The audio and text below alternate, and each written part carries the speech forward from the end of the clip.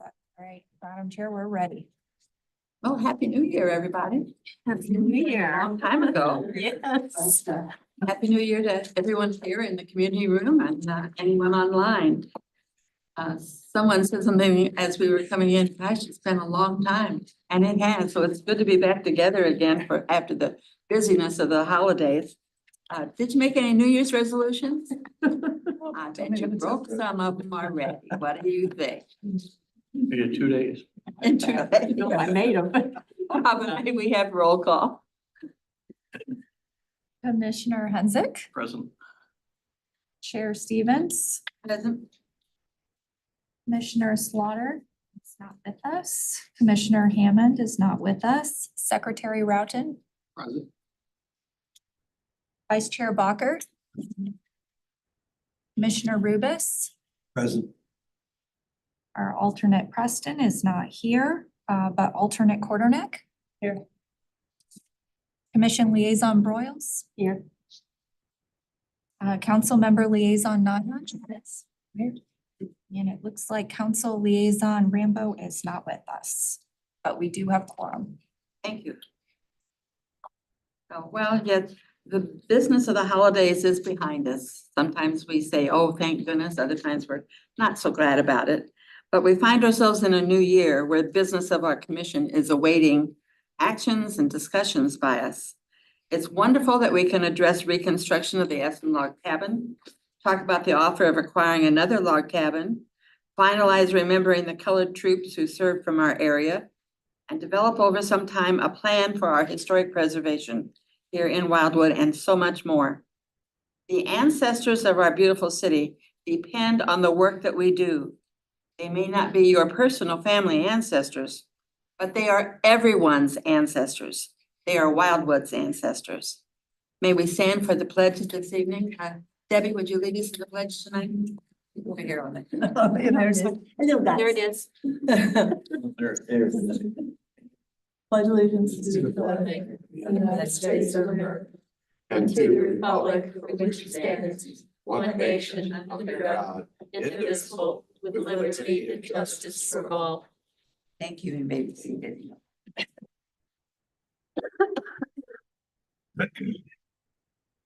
Okay, moving along now. Approving of the minutes of the December 7th meeting.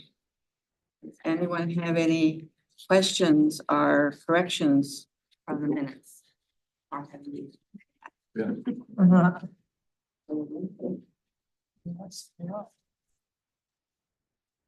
Everybody, didn't find anything. Tim? Move we accept the minutes.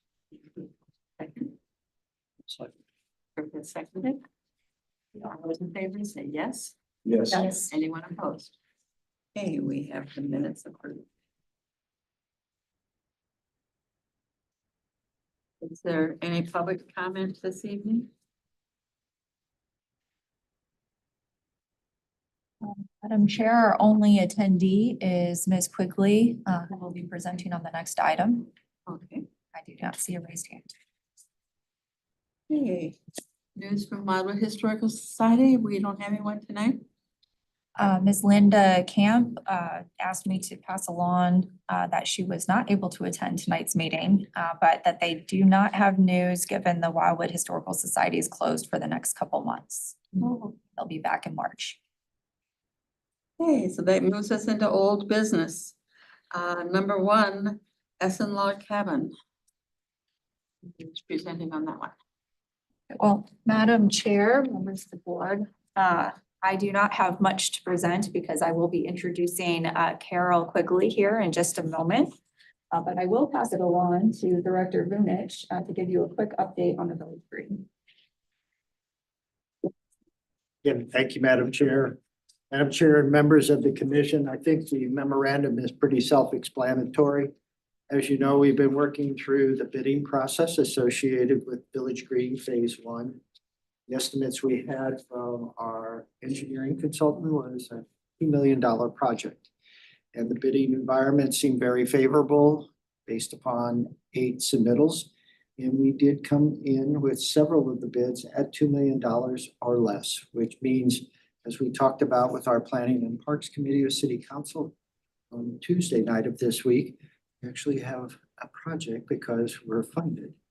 And we're ready to proceed forward in the next couple of months. I say a couple of months because our process takes that long. We come back with a recommendation to our Planning and Parks Committee. And from there, it goes to City Council for authorization for legislation. And then it takes a couple of months to process that on through. All in all, we hope to see progress at Village Green Phase 1, not just with the Essen log cabin, but with actually the Village Green components. Late spring, early summer. If there's any questions, Robin and I'd be glad to try to answer. Thank you. Thank you. So just to finish up my presentation, Ms. Quigley will be presenting to us shortly. We are a little bit more behind than anticipated, just a month or so, because there are a few discussion items that we would like to address tonight with the commission. The department's been working with Ms. Quigley earlier this week on some of these discussion items. And so I think it'll be a nice presentation this evening that will allow us to have a conversation. We also have some materials to look at. So I don't know if you noticed our roof shakes over there. But as Ms. Quigley presents, we do have those to look at as well. So I will just go ahead and pass it along to Carol. Hello, I'm gonna turn my video on here. I think, a little closer than I anticipated, sorry. Hello all, I'm sorry I can't address each of you individually or see quite every one of you, but it's nice to see you all again after our meeting in December. And thank you, Robin and Joe, for the introduction and for your assistance in working with us on what we hope are sort of the last items we'd like to get buttoned down before we can button down and wrap up the construction documents so they can get ready to go out to bid. We reviewed the construction documents last month, and many of you had a lot of great questions and suggestions, and so we wanted to make sure that we took the time to address those and consider those thoroughly. And so we come back to you tonight, hopefully with our recommendations after gathering more information, our recommendations about which of those options should be considered further, or perhaps not. So if it's okay, I'll share my screen. Let me get my water out of the way here.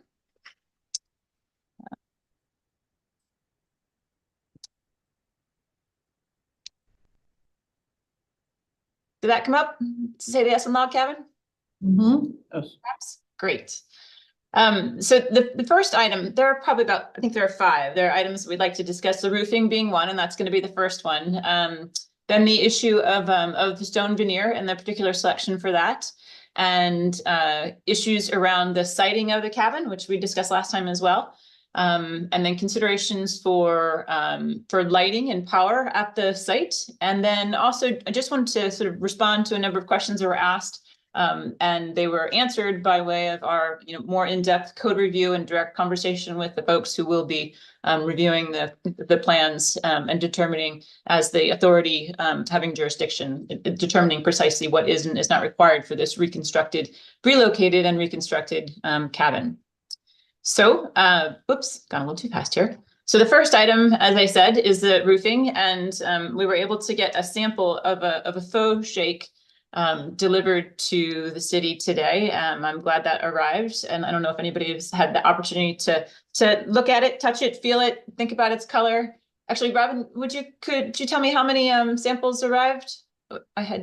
We have 2. 2 different colors, I believe. Yes. Aged cedar and the mountain is the second one that I requested, but sometimes I wasn't positive exactly what they had available to deliver. So the aged cedar is the color in the product that is shown on the right of the screen. So again, I know that you have that in hand, and there have been a lot of people believe that this is indeed, a product which is unrecognizable or not recognized to be distinct from a taper sawn cedar shake. the image on the left we have is of a very new installation of a Taper-San cedar shake, like, brand spanking new. That color doesn't stay for very long. And then that's the image below it is probably, I don't know, 5 to 10 years. So that aged cedar color from the Da Vinci product, it is a good color. We've specified that before. I've absolutely recommended it in certain circumstances. In taking a much deeper look into and consideration into the treatment of this structure, there are complications and downsides of considering a faux shingle product for this particular application. So just no bones about it. My recommendation is to not is to have explored it. Make sure you all are aware of what it would look like if one did go down that road. But my recommendation is not to include it within the bid documents. Some of the issues that do arise, and it's not that there are issues with the product, but it's issues with using a faux product on a building that is intended to be a reconstruction. And it's not so much that we're trying to be so incredibly pure, but there are a number of details that are part of this cabin restoration, and they do not necessarily work with or function with the details that are required by the manufacturer of this Da Vinci product, or any faux or synthetic wood shake system. By the entire tradition of wood roofs are they're always installed on wood lath that allows the wood to actually breathe. So many people might pop up into the attic of a barn or a house and look up into the roof and think, my goodness, I can see little bits of daylight. And they often wonder why a roof through which they can see little bits of daylight isn't leaking. But wood does expand, as any of us know in our hot, humid summers of St. Louis or Pennsylvania. Wood does expand. And it has an incredible ability to not let water penetrate the roof system, despite on dry days having a visible daylight. Now, the huge distinction with a faux synthetic roof is it doesn't have nearly the expansion capabilities it's not supposed to, as natural wood does. And it also requires a typical roofing assembly that would be constructed on a house or any conditioned environment.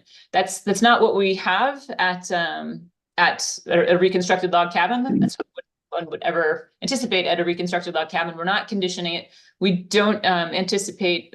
There's no need for, and there's no requirement for, a full conventional roof system. It wouldn't be appropriate on this structure. And therefore, there isn't a happy compromise or a happy marriage between a synthetic finish and a traditional structural frame. That's one of the things that sort of don't work in this environment. Additionally, the number of sort of edge details and ridge and cap details that are part of the Da Vinci product and sort of must be used in order to make the system work as a whole are not, they have worked to make them traditional and follow some traditions, but they do not follow the details expected to be seen at both the ridge and the edge of a historic cabin, such as the Essen log cabin. And if this roof were 2 stories off the ground, 2 full stories off the ground or more, didn't have any visibility to it, it would be a greater consideration. But with a 1.5 story structure like the Essen log cabin, that is really intended to be viewed from a pedestrian walking around the cabin and experienced, I just cannot recommend trying to sort of create some convoluted details to make a synthetic shake work in this environment. I am not dismissing the synthetic shakes. I think they are great in a lot of places, but I don't think this is one of them. And after having attempted to get a decent understanding, if not good understanding, of the oddly an abundance. There are an interesting number of log cabins in the St. Louis metropolitan area, if you will, or St. Louis County or and beyond.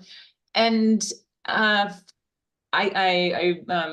wouldn't want to have someone correct me and tell me it might be wrong, but I don't believe that any of them have considered or have employed a synthetic roof, and I would be really hard pressed to recommend it in this application. I just I just cannot recommend it. The cost savings, I think it would be. There is a bit of a difference between the cost of a taper sawn cedar shake, which is our recommendation, versus the Da Vinci. In fact, the taper sawn cedar shake is most likely a little bit more expensive. The prices have changed so much, have gone up and down so much, up, down, and perhaps up again, so much over the last 4 years in particular. I cannot pinpoint that precise number. In fact, even when we acquire bids, we might see some variation in there from contractor to contractor, depending on what they may, have in stock. But the savings is not excessive in either direction. The lifespan for a taper sawn cedar roof, I would expect 30 to 40 years, and for the Da Vinci synthetic slate, I have to say 30 to 50. But the truth is, we don't really know, because they haven't been around quite that long. So there's a good chance it's a 40-year roof as well, if not longer than the 30 to 40 expected for the taper sawn cedar shake. But it's not like it's 4 times as long or 4 times as inexpensive as the real natural wood. The next slide just shows a number of a few of the log cabins that are in the general vicinity, and a couple that are much further away. Just to highlight the extensive use of real wood in these environments, in these historic log cabin environments. The first one is actually a little bit further south. It's the Shiloh Museum's log cabin in Springdale, Arkansas. So again, not around the corner, but just recently restored as of December. It sits along a creek in Springdale, Arkansas. And we'll talk about that again as far as how it is used and visited and toured. I use toured in quotes a little loosely there. The second picture is a couple of the outbuildings, which are 2 of several log structures at Faust Park, not far away. Again, all of those structures have wood shake roofs in varying states. I don't know the precise age of all of them. Wood has a tendency to look worse off than it is sooner than it needs to be replaced. So again, I couldn't speak to the condition of that roof unless I was truly present. The third image on the top right of this slide is one of the I think there are 3 log cabins at Drace Park in Town and Country, and all of those log cabins also employ a wood roof.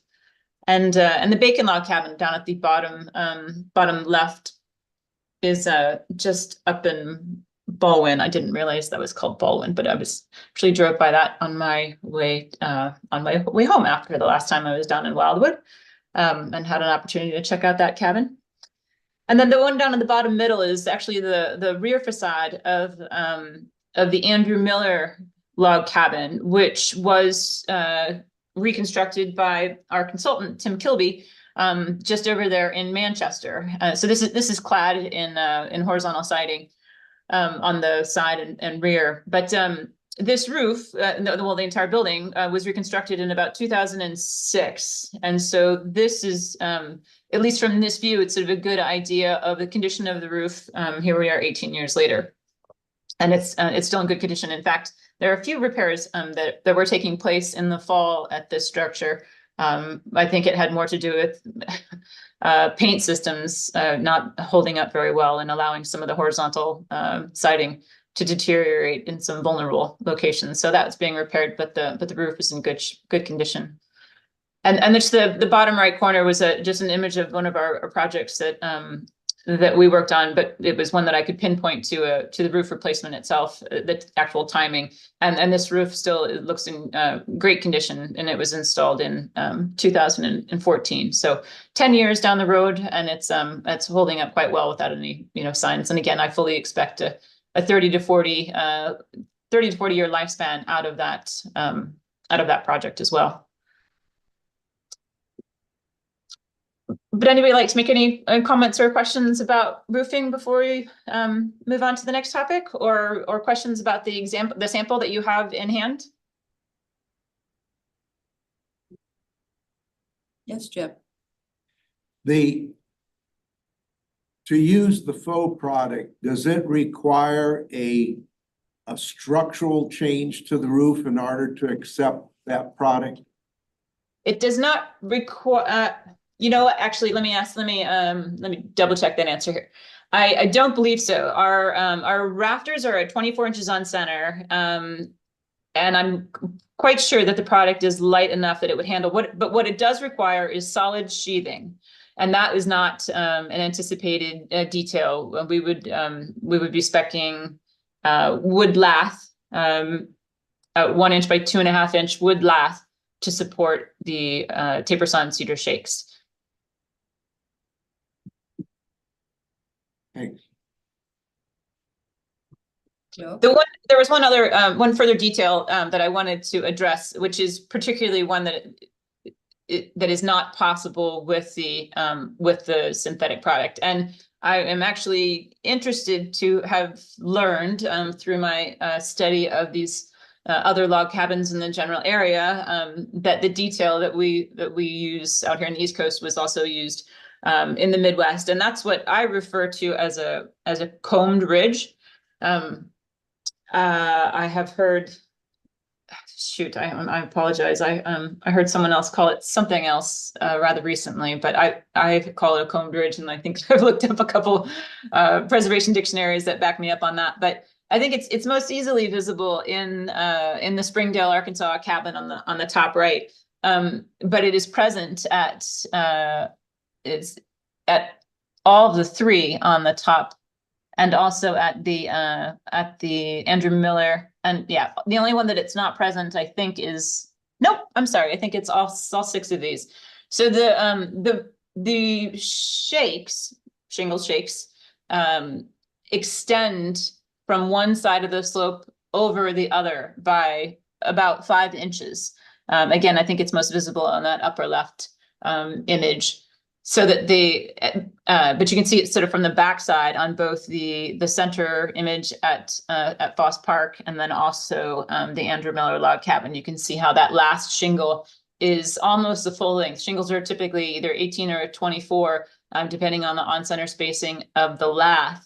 And that last shingle just sort of flies over and protects the top part of the slope of the ridge of the roof, rather than having like a ridge cap, which you can see in other wood shingle roof systems, and you certainly would see it in other types of roof systems. But as you can imagine, if you look at that sample, you'll see that the faux shingle has a 3-dimensionality to the back side of it, and so that is not a detail that could be employed in that material, as you would see sort of the concave and a different form of essentially it's a form of the casting of the product. Madam Chair, just to give the commission some context, about 20 years ago when Old Pond School was being discussed and we were working through the architectural components and details about that, we had a very similar discussion about the roofing material. The original Pond School had clay tile. After some time, it was replaced with shingles, regular asphalt shingles.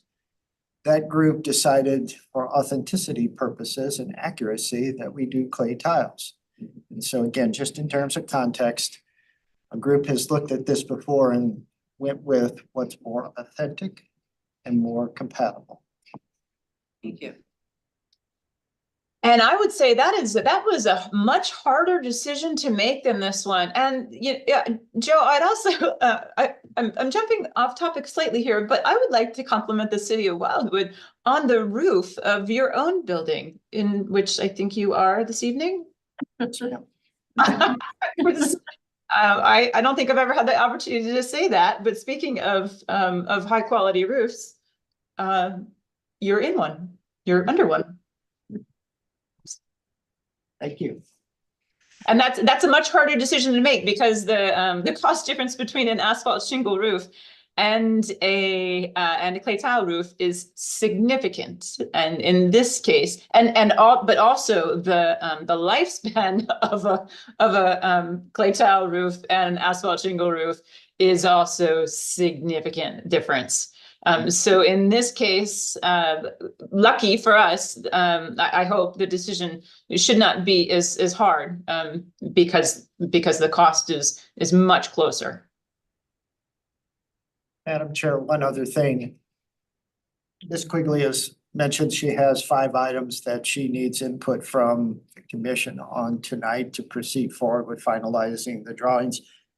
Do you want to take them collectively at the end when she's completed the presentations, or would you like to do motions and votes on each of them as she completes the individual items?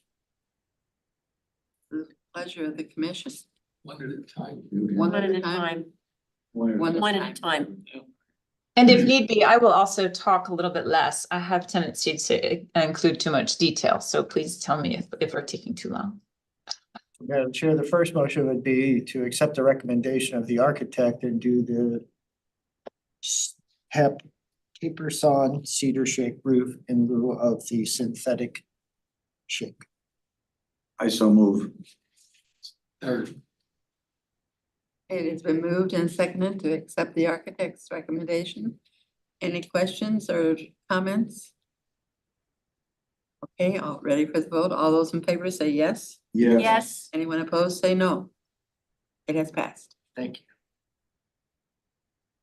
Thank you all.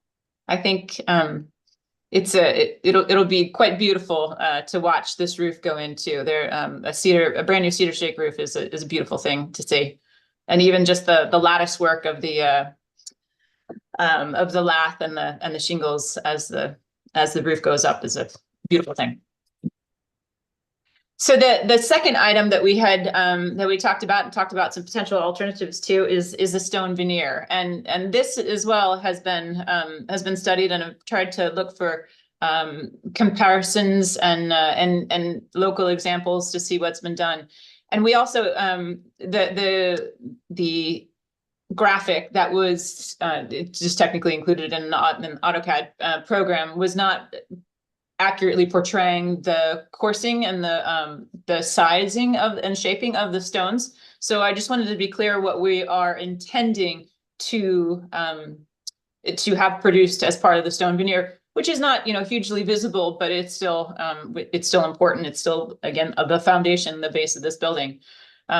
So I'd like to start at the bottom, actually, and the one image on the bottom left is the best image that we have of the stone foundation when it was mostly intact. This building certainly had a number of things that weren't perfect by the time it was stolen, but that bottom left corner, which is blown up in the center image, is the best representation we have of the stone foundation as it was in its previous location. And that is what we are intending to have replicated for the stone veneer at its new foundation. And on the right, nothing like a picture to show you what we're talking about. That is the pile of stone that is in Wildwood, available for use in the stone veneer of this structure. And this doesn't show quite the extent of the pile, but I do believe, having looked at it more closely after our last month's question, said it is ample for what we need for this site. So up above are a few examples of other similar types, some slightly different coursing forms, but very similar. It appears to be the same stone in each of these applications, with the exception of one. again, we've used an image of the Andrew Miller House, but that stone foundation is much more visible than we'll have at the Essen Log Cabin. And it's also much closer to sort of an ashlar coursing, whereas we will be trying to recreate and directing the mason to recreate the forms that are visible, a little bit more rounded, less of an ashlar cut, which is a regular, not quite rigid 90-degree cut, but having consistent vertical and horizontal lines that can be seen in the top left.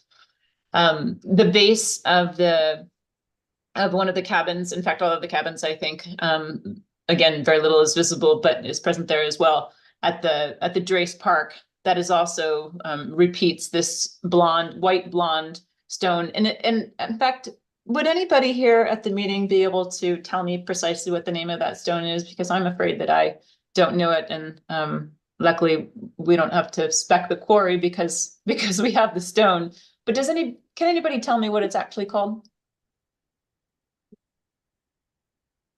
It's just a limestone. Is that flagstone? I mean, okay, yeah, the limestone that I've seen in other parts of the area is brighter than that. So I wasn't positive if there was any more local quarry name tied to it. The one that has a little bit of the yellow and brown flecks in it. I think if you look at the Missouri Department of Natural Resources, their information on the geology out here, it may be like a Burlington Keokuk limestone. Okay. Thank you. I will look more into that and see if that looks like a match. That is the type of sort of more local description or local place name that I was hoping to identify. But again, we don't have to direct a contractor to any particular quarry because we do have the stone on site. I'm just going to jump over to the top right. That building at Foss Park as well did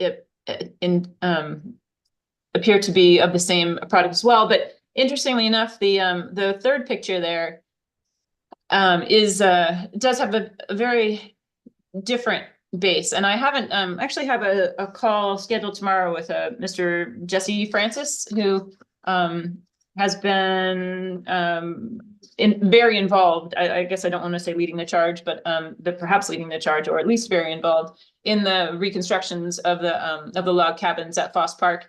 And I'm sure he'll be able to answer this question in greater detail. But the stone foundation that they've chosen to include on this one, which is I think it is just finishing up right now. This is the schoolhouse, which was just recently moved in 2023.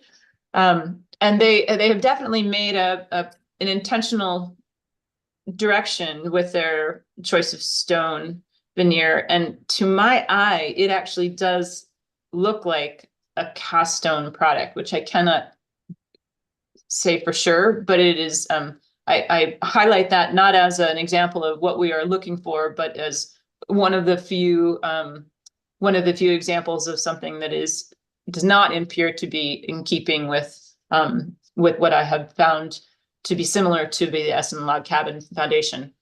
And I'm so it's there as an example and information, not as precedent for our direction. So we have looked into I'm very familiar with cast stone, and it comes with its level of complexities as well, much like the faux shingle roof. There are details that are often employed, and whether they would have to be employed in this particular application, I do not know yet, but I cannot recommend a cast stone in this environment for the same reasons, or perhaps slightly less so than the faux shingle roof. I mean, we do have the product on hand, so I do not believe that there would be any cost savings in considering a less expensive product, since don't need to compare the cost of the product, the material itself, or even the quarrying, for that matter. That we do have the labor required as we would have for any masonry endeavor, but the cast stone products, though they are much improved, I do not believe that they would not be convincing in this application. And I highly recommend staying with the, employing the stone veneer that you do have on, that is technically owned by the city at the moment. Motion for stone that we're using? Tim? I'll go with the second stone that we have on here. Been moved and seconded to use the stone that we have. Any other questions or comments on it? All those in favor say yes. Yes. Anyone opposed, say no. We'll use the materials that we have. All right. Yeah. We'll also make Mike Gailey happy. You'll get some stuff out of his yard. It's a really beautiful, beautiful stone. It was a nice sunny day, when Tim and I were at Mr. Gale's property, and, the yellows really do pick up some nice, nice light in the sunlight. You're gonna have to keep the grass mowed really tight so you can see all of the stone when it's done. So the third topic is the siding, and we covered this a little loosely last month, but we have a lot more information and a lot of exciting information, I think, to cover in this area. So I did speak with both the civil engineer and the landscape architect for the Village Green project. And so we worked together to develop something that hopefully in overall form looks very similar to what we talked about last month. So I had proposed that we site the cabin so that it still faces in a mostly northern direction, with that longer facade being the front facade and the historic front door facing the approach to the cabin, and that we swing around with just a natural less than 1:20 slope, which is therefore an accessible path up to the side door, so that we would have two slightly different entrances. We do have these two door locations in the cabin, in the logs that we have. And so this provides still the historic view of the front facade and an accessible entrance at the side, but neither one of them are too far away, so you don't feel like you're sort of headed to the back of the building in order to get in. It's nice that the doors are present in that arrangement right now. We had talked a little bit about the material of the path too, and I had recommended. Oh, I'm sorry. Did someone have a question? Okay. Oh, sorry. So we had talked about the possibility of a packed gravel that could be accessible, and I was happy to learn that indeed that is the product that has been specified for the main paths in the Village Green. So the image of that a surface is down at the bottom right. Sort of a very natural tan. Again, it's a binded gravel, bound gravel, or gravel with organic binder. In the Village Green, there will be a more formal edge detail of a stone or cast concrete curb that finishes the wider paths.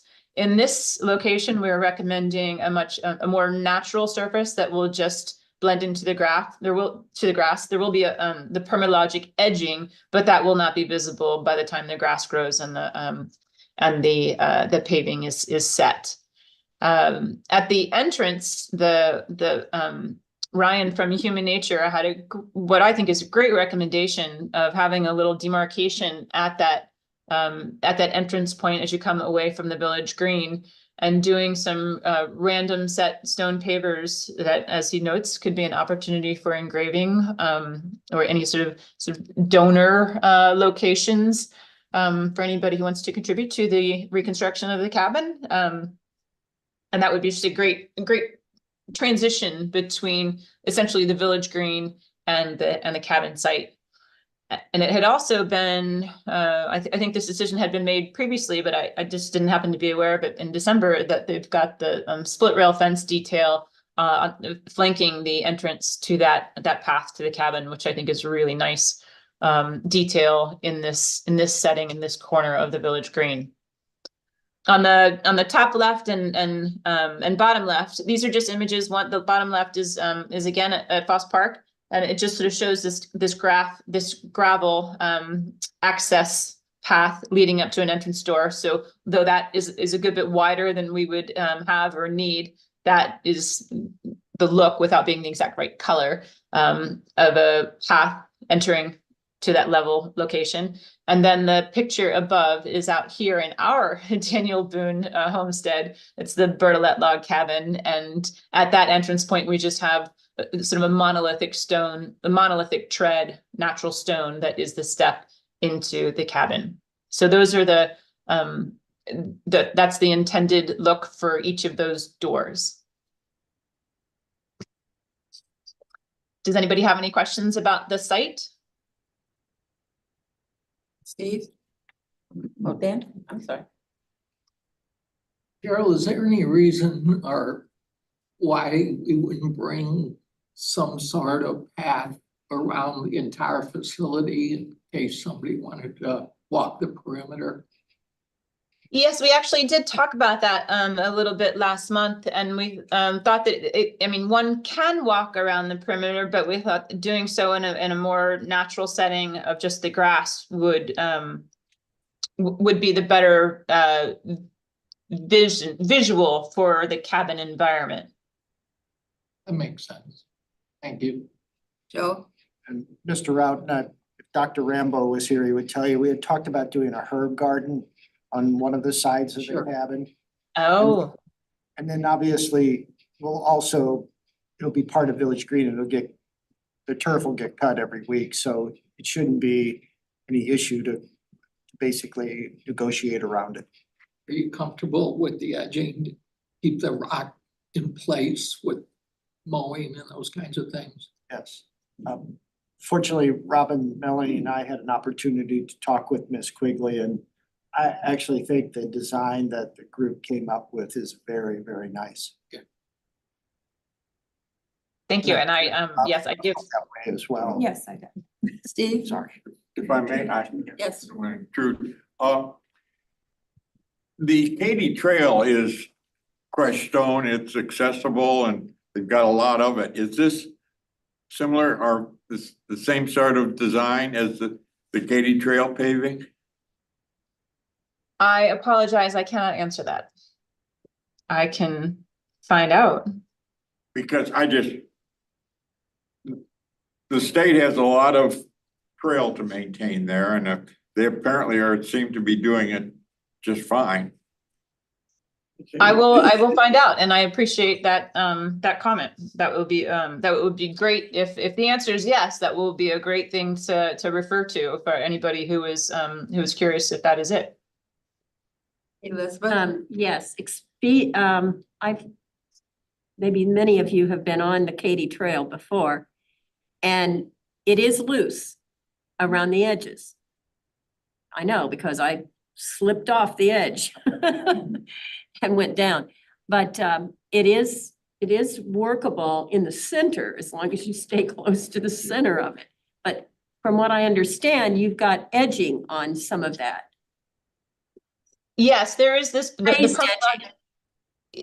It's not something that would be visible, but it is intended to keep the assembly in place. Now that doesn't prevent a little bit of perhaps loosening at the edges. That does sound likely for any of these types of surfaces, but it keeps it from eroding. Yes. Thank you. You're The welcome. Katy Trail's a lot wider, It is wider. and it doesn't have edging on it. So this, I think it's. I see. And that was put over a rail bed. Yes, Yeah, there's a good base on that. there's a good base under it. I was just too far to the edge. Katy Trail. Okay. Any other questions or comments on this one? We're looking for a motion.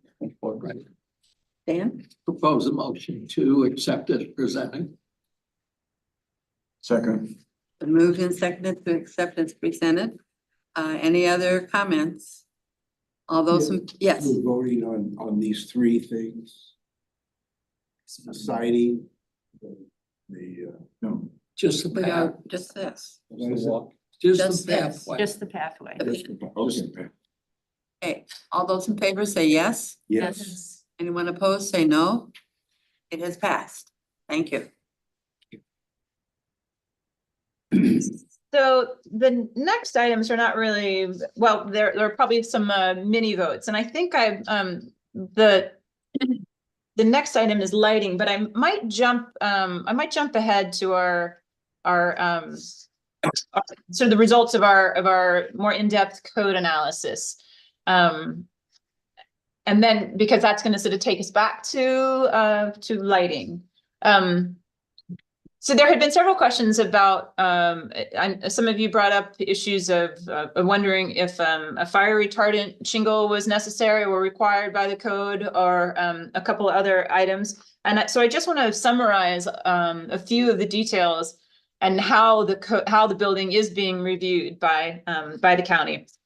And the long and short of it is that designated historic structures, relocated and reconstructed, in this case, both, are reviewed under the International Existing Building Code, and in this case, the 2015 International Existing Building Code. The Existing Building Code has chapters 12 and 13, which refers to historic properties and relocated historic buildings and relocated buildings. In that, under that review, the authority having jurisdiction, the AHJ, which is a lot easier to say, AHJ, has a lot of leeway. But in this case, a reconstructed log cabin is intended to be a reconstructed log cabin, and there are not a lot of code requirements. But the biggest caveat to this statement is that to be reviewed as the historic structure that it is, it needs to be designated as a historic structure by some authority. In this case, it hopefully shall be a local authority of the city of Wildwood. With that not having been done yet, it is assumed and hoped for that it will be, so that it can be reviewed under this code. So that's a sort of a big caveat. I've spoken with Robin, and perhaps Robin would like to join in here and talk about the possibility of that moving forward in a fashion that gets us to perhaps the end goal at the same time, or another schedule. But that is how this building should be reviewed. And it's the best application of the code for it. But it does require a designation. So just to follow up on Ms. Quigley's presentation there, what we have discussed is that it looks like it might be best if we start moving forward with a designation sooner rather than later. I think the Wildwood criteria, the criteria that we follow under our registered, leaves it pretty open for these types of scenarios, as long as it looks like it can be reconstructed to its former glory. We can go ahead and designate it.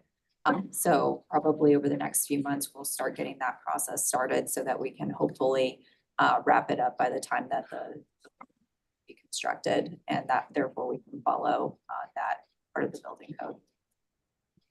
Any questions for us? What a vote from this group was that long? We need a vote now to.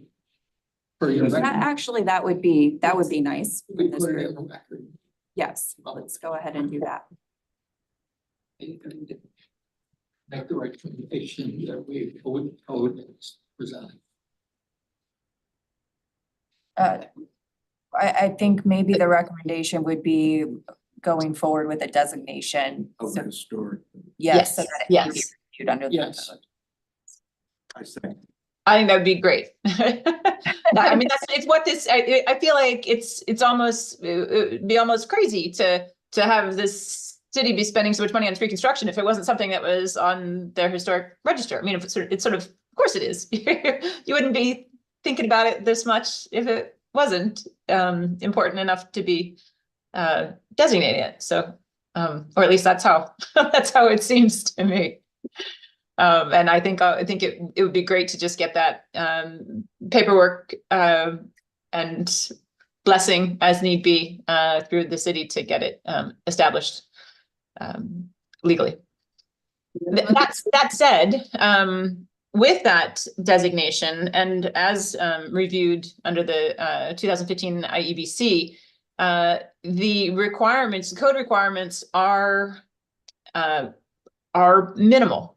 We do have the requirement for accessibility to the first floor because we are rebuilding the foundation, and it certainly, they sort of deem that it is, if you're going to relocate the building, you could figure out a way to get somebody in it, and so we are doing that, and that works out. That works out well. The balance of them, the language is such that it, well, there are two components. As a building that would be toured, it's sort of operating as a mini museum, if you will. The point is to bring people in and understand the language and the detail of a log cabin construction. It allows you to review the building as what's referred to as a Group B, which is a business classification within the code, and it's the most lenient of the code requirements. The Group B has the most lenient code requirements, and a building of this size and of this nature has very few restrictions. So there are no requirements for any fire retardant materials. It is the construction type is a 5B, which doesn't require any fire rating within the shell. We certainly recommend a couple items, whether they are required or not. The presence of a fire extinguisher somewhere in the structure, perhaps tucked behind any piece of furniture or even behind a door or under the stair. And also we do recommend smoke detectors, hopefully a wireless smoke detector in this case. And we also do recommend, just as a basic level of safety, though not necessarily required, just a minimal handrail at the front door where we will have the 2 treads into the building. I think those are elements that are either just wise or very helpful to your potential visitors, with minimal impact. Or if it's not, I mean, I've got the image down at the bottom to show that, yes, smoke detectors, when they're not painted out, can really jump out. Those are those 2 white blobs at the top of the screen. That's our Daniel Boone Burlette cabin out here in Pennsylvania. But a simple handrail at the stone risers into the log and stone cabin at the upper image is not, in my opinion, an offensive detail. It doesn't need to be. It doesn't need to meet graspability requirements of the code. I think just having some kind of rail present to lean on as one heads up the 2 risers is just a helpful scenario for some of your guests. But beyond that, and including lighting, emergency lighting, exit signs, none of that is required, and no power is required, and no lighting is required. And that's how I sort of wanted to lean into the next slide about lighting, to make sure you all understood that anything that goes in here relative to lighting and power is for the user and not for the code. So maybe we can wrap up the little details on this page before we pop over to the lighting page. Is it okay if the commission finishes their vote on the designation? Oh my gosh, Robin, I'm so sorry. Thank you. And if everybody's looking at me like, she's just rambling on, I can't see you that well, so I'm so sorry. I'm so sorry. Yes, please. We have a motion that has been seconded. Is there any more discussion on it? Okay, all those in favor say yes. Yes. All those opposed say no. It's passed. Thank you. Thank you. All right, it's back to you now. Were there any questions about the, I almost want to call them like sort of odds and ends, right? The recommendations for smoke detectors, fire extinguishers, and a handrail at the steps at the front door, or are there any objections to those items? Elizabeth? Is there any restrictions for a sign or information on the outside of this cabin? There is no restriction on that. What I would recommend in such a case is not mounting anything on the building, but have a little wayfinding sign along the path, or perhaps at the entrance to the path. That gives a little history of the cabin. And can mention any number of things as well, like any donors that have contributed to it, its history of its previous location, maps. Yeah, that kind of graphic would be really great, but I would recommend that it is outside the immediate perimeter of the cabin itself, and just a little setback so you can read it as you look at the cabin. Thank you. Sure.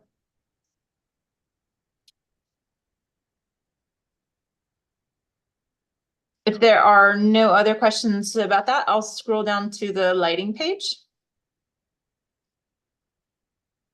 Oh, I'm going to scroll up, is what I mean. So relative to lighting, again, I just need to, first state that it is as preferred by the owner and those supporting the project. Lighting at both the interior and exterior are items that we need to come to a conclusion on, and perhaps one sooner than the other, I guess. There could be a site lighting that could be addressed in any number of ways. There are light post lights that are planned for the village green along the walk, and one that is just at the juncture where the sidewalk heads off towards the cabin in that gray area in the site plan there. And there could be another post light at the sort of that entrance point between the split rails to sort of demarcate the access into the cabin.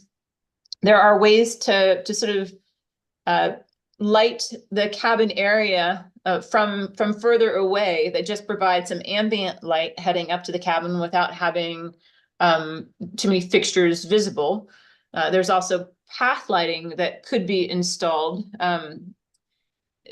Finding the right fixture that's sort of appropriate for this type of site, I would recommend it be both very subtle and very small. The downside of those types of fixtures sort of along a path are they do become a bit of a maintenance item for regular landscaping crews and such. And then there's also, the possibility of either washing the wall of the cabin with light that would very much highlight it in a way which, well, it makes it a focal point for the village green. I might suggest that it's sort of inappropriate treatment of lighting, since this is indeed a cabin in which there was no light.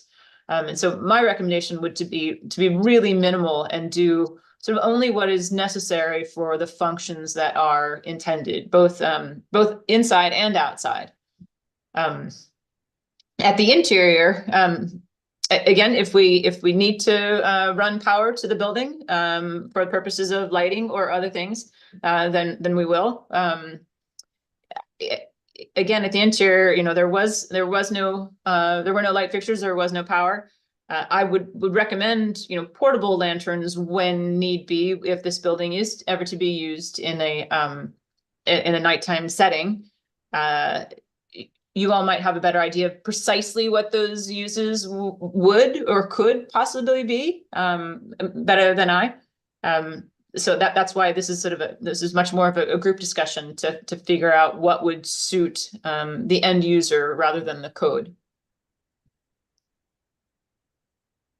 Yes, Tracy. A question, and sorry if I missed this somewhere along the way,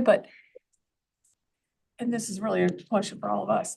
Will these doors be locked and only open certain times of the day? Is it just gonna be people can wander in and out night, day, whatever time they want to? I mean, then they will be locked. Like at certain times of day, somebody will go out, lock them, unlock them. There'll be hours, in other words, when you can view it, that go in, or? I would like to add, but before someone else jumps in and answers that, because there is an owner answer to that question as well, but I very much appreciate you asking this question, because part of this discussion is one item that I left out, but it's the third item there. One of the reasons that the like door hardware and such things doesn't need to meet accessibility standards or anything like that is when this building is in use, the door or available for touring, whether it be touring independently or touring with a group, the doors should be in a fixed open position so that there is no dealing with hardware or, the weight of the door or any of that. And there's no consideration about whether that door swings out versus swinging in as it would have traditionally. So the code answer is that when this building is occupied, the doors will be open. Now, this is an unconditioned building, so luckily that's not, it's not something that is, the interior is not going to be, grossly compromised by that condition. In fact, it's improved and remains more historically accurate by that condition. So with that being said, then the owner, as far as locks and unlocks and times of day and frequency of schedule, will need to address the balance of that. From the department's perspective, the recollection I have, and certainly as the commission and Robin, we had talked more about on an appointment basis.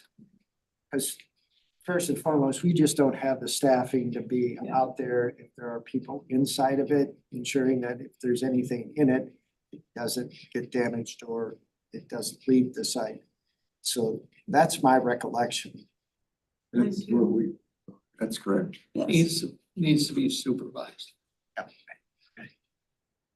And I think, Joe, exactly what you referenced, that is most often determined by what is in there. These, I can tell you that a couple of these buildings, this one in particular, this one in Springdale, Arkansas, sits alongside the river that runs north and south in Springdale, and it's also right by a new trail. It's really sort of become a trail stop.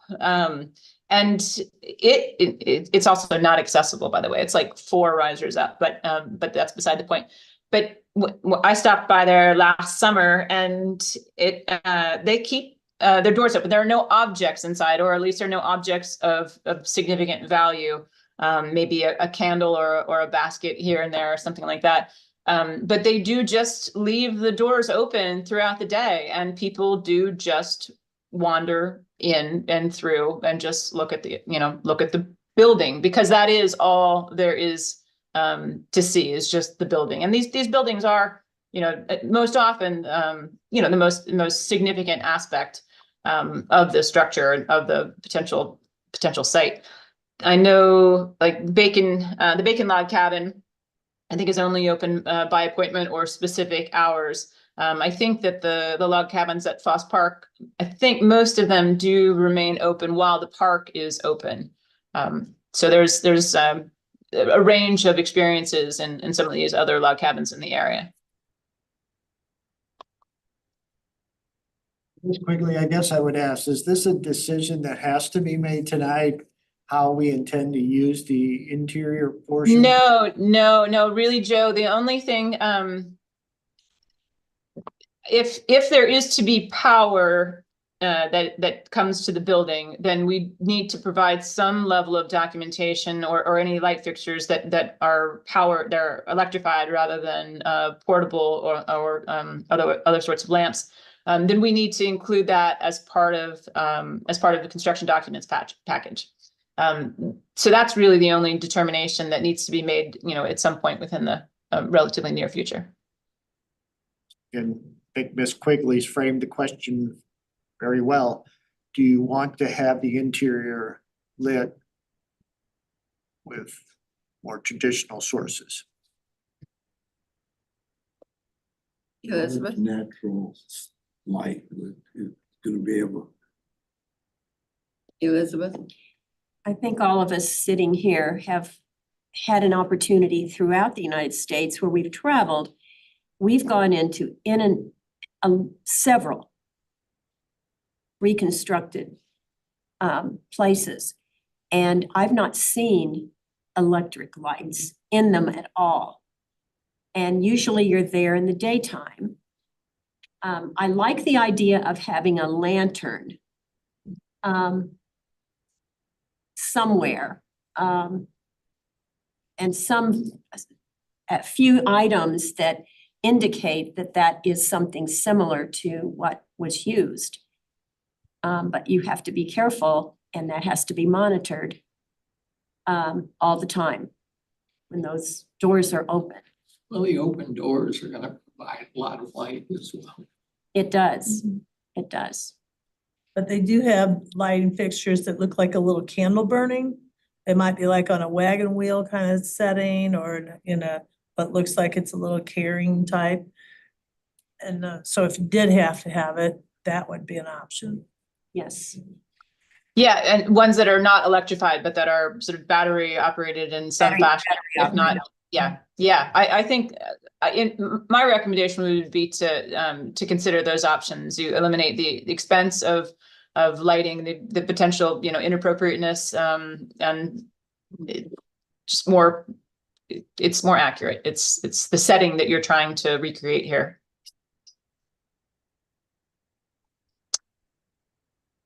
The second layer of that, though, is also power.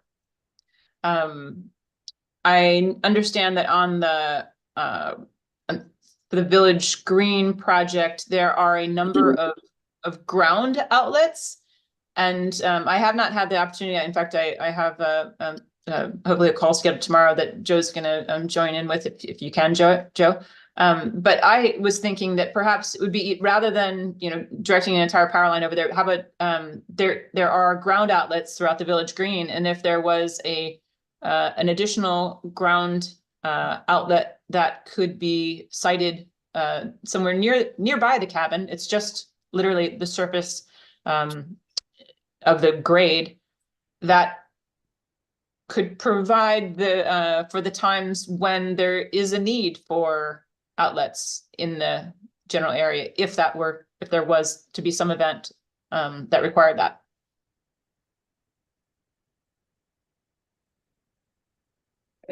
I just have a question about the exterior lighting. So in the Village Green, so I'm thinking of when there's events in Village Green, you're not gonna be able to keep people or kids or whatever from running back there. And I just want it to be safe as far as lit enough that people could see back there. But I don't know Agreed. what other lighting will be away from that. Would that other lighting be enough to at least light it enough for people to see? Or do we need safety lighting for people to be able to walk around? Because they're gonna go back there whether you want them to or not.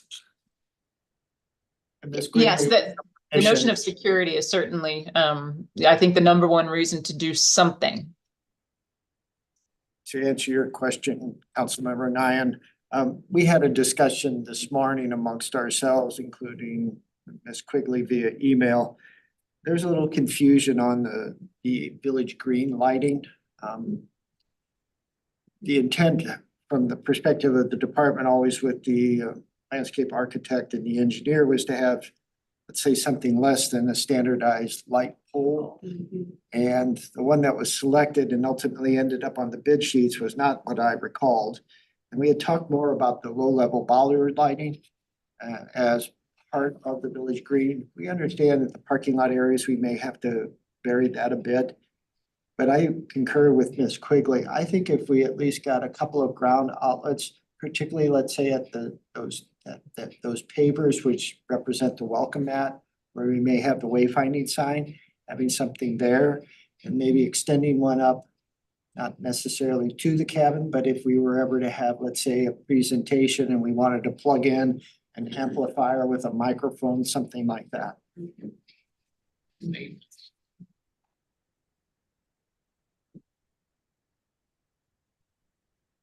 We need a motion on this. Yes, and Ms. Quigley, correct me if I'm wrong. We will not be lighting the interior of the cabin with electricity. We will extend 2 ground outlets in the general vicinity of the welcome mat and the cabin. And Lighting will be minimal with safety requirements. yes, Yes, and I think the continuation of that is we will continue to resolve how the area around the cabin is lit with the landscape architect and the electrical engineers for the Village Green project. Does that summarize it right? I think so. Thank you. Thank you. Motion. We need a motion. Again, I so move. Second. Dan has seconded.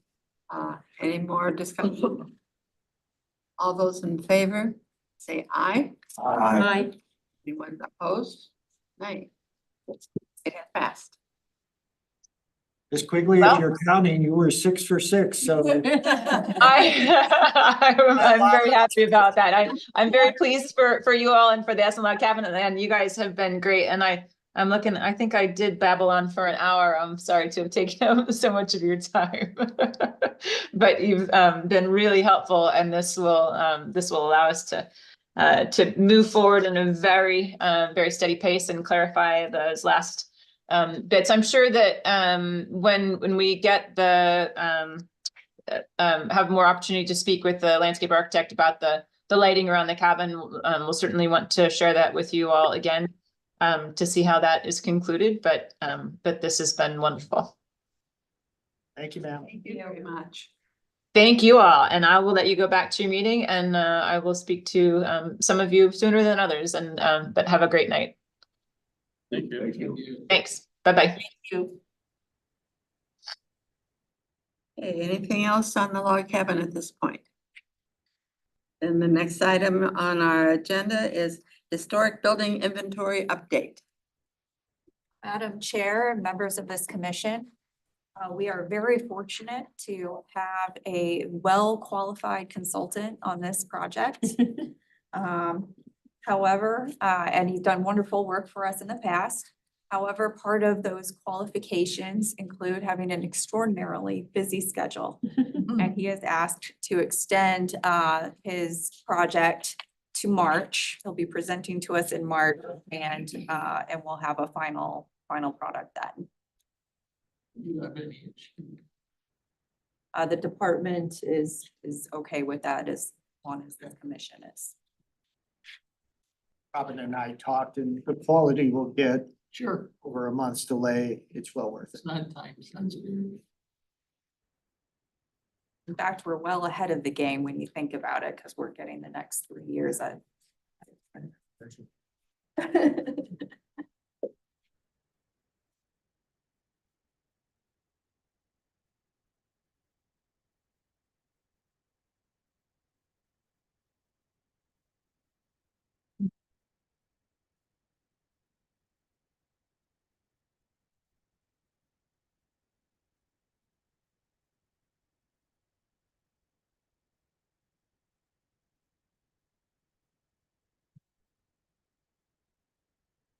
Madam Chair, if you don't mind, me taking us to our next item.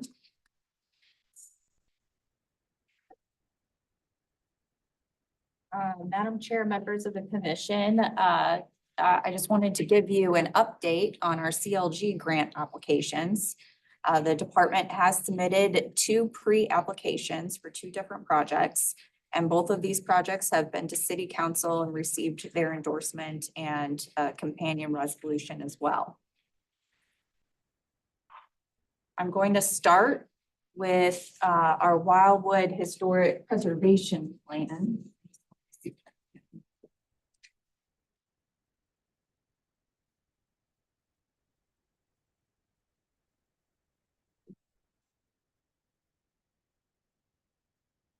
So if you'll recall from our last meeting, this commission endorsed a historic preservation plan application to the State Historic Preservation Office. Many communities across the state have these historic preservation plans. They essentially allow us to create milestones for the future, which helps with some of the grant planning and also helps with community buy-in as we really engage the community around these goals. It also helps us assess our existing conditions in the community as it comes to preservation. So hopefully you've had an opportunity to look through the many different plans that are examples for us across Missouri. I did send out those links. I can send them out again. But over these next few months, we really should do our homework because that will help us as we move forward in both creating a scope of work for our plan and also choosing a consultant to prepare it or to prepare it with us. So in our pre-application, the department did recommend kind of a rough outline of contents that, should be included within it. This is by no means a final product. It is just intended to get us started and allow us to refine it as time goes on. But we just wanted to give them an idea of what we were thinking about in terms of what this plan might look like and what it might contain. Number one would be Wildwood's historical significance in the local, state, national, and global context. I think we now have a pretty good grasp on that with the Wildwood history book. But it'd be nice to have that history outlined in the plan. Number two, an overview of the historic preservation program at Wildwood. This would help anyone coming into, like, let's say any new commissioner, any new city council member, any new citizen who's interested in historic real estate. Having this overview would be very helpful in orienting them to what we have available and how we carry out our duties as commission. Number three, historic contexts and preservation approaches for Wildwood's 11 historic communities, as well as its historic churches, one-room schoolhouses, historic commercial properties, parks, and other important archaeological, cultural, and historic sites, including those sites that have underrepresented histories. So this is basically just going to give us help us plan how we're going to approach these different areas and different assets within Wildwood. 4, near and dear to my heart, of course, is this. This really is an opportunity to go forward with our Route 66 revitalization plan. This can be one element within our larger preservation plan. This is our opportunity. That engagement did not go to waste. We'll get the community together and we'll get this done in preparation for that 100-year anniversary, which is coming up so quick. Number 5, this is an opportunity to talk about community outreach, engagement, and potential partnerships within the community for what we're planning. Number 6, we can identify our community-wide preservation challenges and also opportunities. So really take that bird's eye view, see what is working, what's not, and what is potentially a threat. Number 7, this is also, as I said, our opportunity to identify those goals and objectives, not just for the next year, but the next 10 years, the next 20 years. Let's think ahead and start charting out how we get there. And then finally, number 8, we can prioritize what we want to accomplish and create that timeline for accomplishing it. So again, this is just a rough outline, and I certainly would look for your feedback. If you have any comments right now, I'll certainly take them. Otherwise, you can reach out to me. But I just wanted to have something to give to the State Historic Preservation Office with their application, so they understand what we're thinking about as we go forward with this plan. Well done. The final grant is due mid-February, something like that. That's correct, February 16th. Did they give you any kind of an idea about when they would be releasing that information of who's successful? Typically, they release that information in the summer. The state is actually, it really just depends on when the federal government gets it together. And so they are not totally clear on that timeline, but it usually hits in the summer. And then in the fall is when we would get started on a project if we were awarded a grant.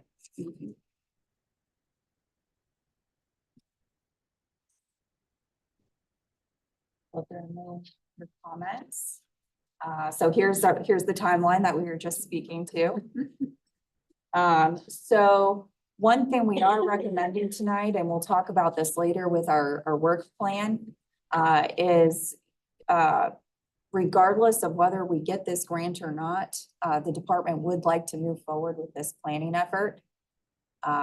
I have a feeling we're going to be pretty good on our grant application for this because I received the comments back for the pre-application and they said it was clean. They didn't give me any comments. So that seemed to be a good sign, but certainly we'll see. But regardless, we'd like to move forward as if we are going to have a planning effort. So from this point forward until September, when we, potentially will have this grant funding awarded. These are some, this is the work for the commission. Basically, we want to refine that scope of work. We want to research different community plans and, hopefully take some of those lessons learned. We want to develop a list of qualified firms. And again, there's certainly lists maintained by the state, but my recommendation would be we look at those plans and see what stands out and see who did them. Determine the best approach to community engagement and begin that broader engagement. In fact, I just wrote a draft article for the Gazette that will hopefully make it in. So we're already starting to think about how we get the word out about this plan and get people involved in it and engaged in it. And in fact, I started also a survey that we might send out with the Gazette as well, that I might bring back to this commission next month. And then finally, we want to figure out who our stakeholders are, who really needs to be at the table as we start drafting a plan. In the fall is when we anticipate hiring a consultant. So it generally takes several months to go through that process. And then after that, we'll move forward with the consultant in completing the project and going through the various reviews associated with it. Any questions about the timeline? And this is obviously very rough.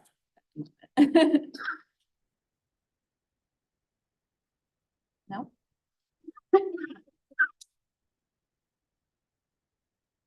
Okay, so just FYI, if we are moving forward with this plan, we do anticipate this being quite a large project from this point forward for the next couple of years. And it will be all hands on deck. So that's how I'll end. That's how I'll end that one. All right, our second pre-application to the state is for Route 66 inventory. We've been going back and forth with the State Historic Preservation Office on this. Their national survey specialist, National Register and Survey Specialist is working with us on it. I don't know that we're at final project yet. So what's before you is very tentative. Right now, we're looking at a phase 1 for pond and for historic pond and part of Glencoe. And then essentially we would phase this project. So we would then move forward probably with Historic Grover as another project. Then Hollow and Fox Creek is probably one project in itself. And then we wouldn't forget that portion also of Glencoe that has Schatz Garage or Fox Creek Garage. But again, we're still having conversations with the State Historic Preservation Office and refining this to something that they want to, potentially help us in. Yes. Looking at where the green's gonna fall and where the cabin's gonna fall, does that push the park into the 2025 The Route 66 roadside? roadside park. At this moment, that project is, I think, just behind several others that are a little bit higher up in priority, with like the Village Green and Pertner Park. There's a lot going on. So There is a lot going on. We're not losing sight of it. In fact, the department was having some, conversations today about how we can really, gear up and potentially partner with other communities for the 100 year anniversary for Route 66. We're trying to be creative about that parcel and not completely forget about our plans for it. But again, it's a very high price tag, and there's a lot of projects going on with the city right now that are important, like our event space and as a log cabin project. Anything like that. So that's where we are with the Route 66 inventory. I just wanted to touch base on that one. I have a feeling that our historic preservation plan application is probably the priority application. And hopefully, they'll see all the community engagement we did with the Route 66 and we'll get that one too. So that brings that presentation to a close. I guess I just, as an add-on, since I'm mentioning Route 66, I just wanted to throw it out there that there is a Route 66 Association meeting at the Red Cedar Inn this Saturday. Ms. Quarternick and I are going to attend. It's from 12 to 3. Joe Sonderman is doing a presentation. It could potentially count as training. The department is paying the $10 fee. So if any of you would like to be last minute, yes, okay. All right, well, I will make sure. Yes. It's this Saturday, It is this Saturday 12 o'clock. at 12 o'clock. 12 o'clock. I'll count you in I'd too. like to go if you'll let me go. We'll let you. All right, actually, let me write down. Okay. This is great. There'll be a group of us. Robin, you've been to the store. I have. It is beautiful. Oh. It is a beautiful building and the displays they've done are just absolutely fabulous. It's a wonderful gift shop. I love the children's area that they've set up as part of it as well. So I think it'll give us a lot of ideas. If you haven't been there, I think it will get you excited. How many people have eaten over there when it was open? Oh, actually, I did when I was a kid. You did when you were a kid. I did. I know. You had the fried chicken, right? I can't remember that part, actually. Chicken fried catfish. It's been over. The architect did it. Better than knives. Oh, did they? Oh. I did Their not know that. project, Wow. they did that. All right. Wonderful. All right, well, Madam Chair, that brings that particular presentation to a close.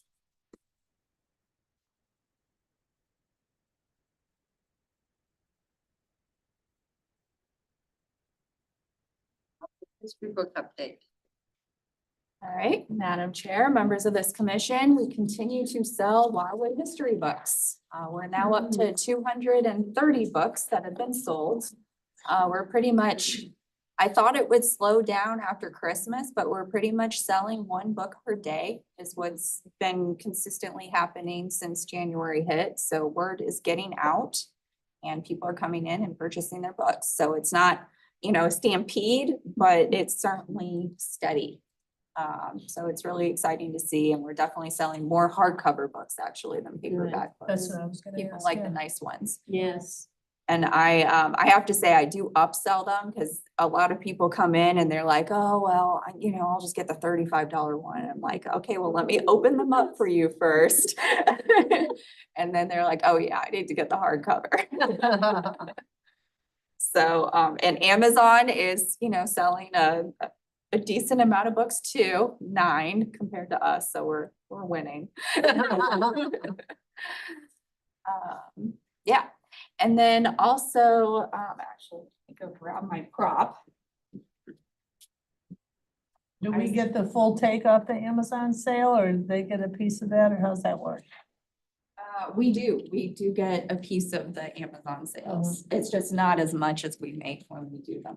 Right. That's why we celebrate selling more local books. It was one. My, Are these the list of names you were? yeah, my second announcement Yeah. is that the stickers have come in for the Wildwood History Book, recognizing those individuals that were left out. We found a really nice spot on page 4, that's actually labeled acknowledgements for it. So it goes right here before the table of contents, and we think Stacy Minkoff did a really nice job designing the sticker. It looks pretty seamless. That looks nice. Yep. So I sent out an email. If any of you have purchased books or have obtained books since this project started and you have an early copy, I do have stickers back there. Feel free to pick them up for your copies. Not that if you're welcome. And that concludes my presentation on the Wildwood History Book. Exciting. Madison Valley Memorial Plaque. Okay, Madam Chair, members of this commission, let me just open up to that memorandum, please.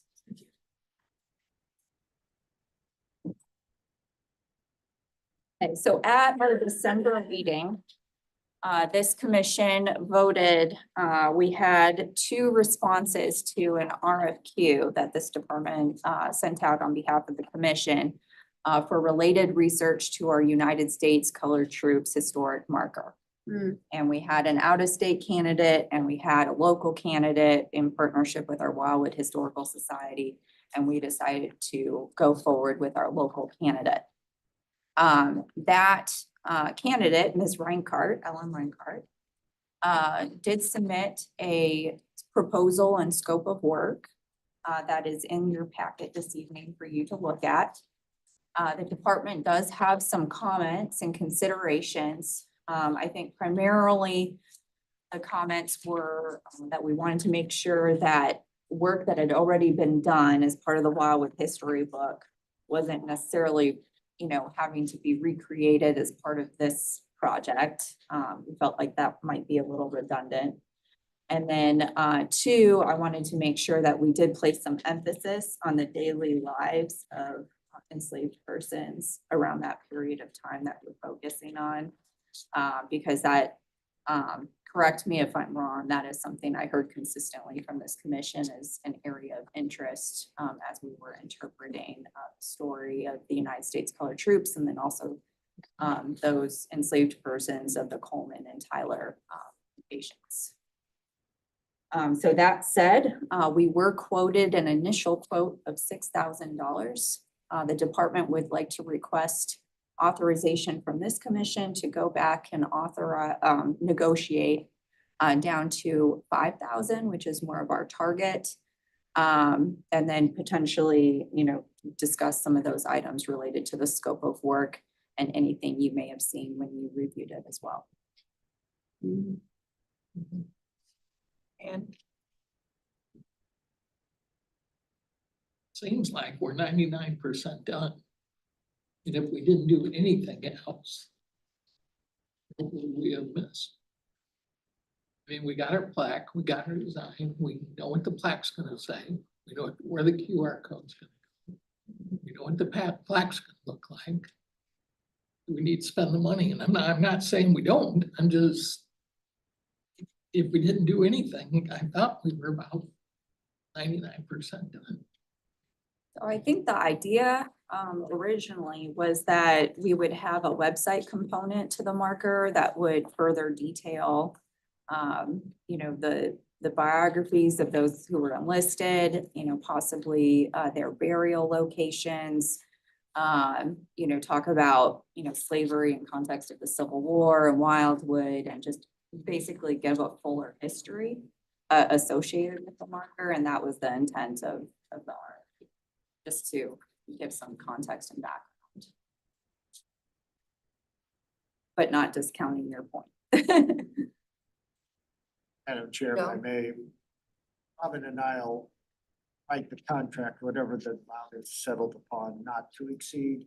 So if in the end, the Ellen doesn't, the assignment of the scope of work doesn't need all of $5,000, we won't pay all of $5,000. So it's more of a cap. I'd like to reference it as.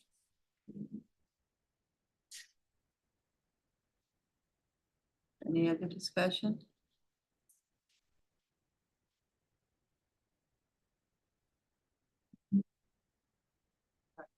Make a motion that we give them permission to negotiate to $5,000.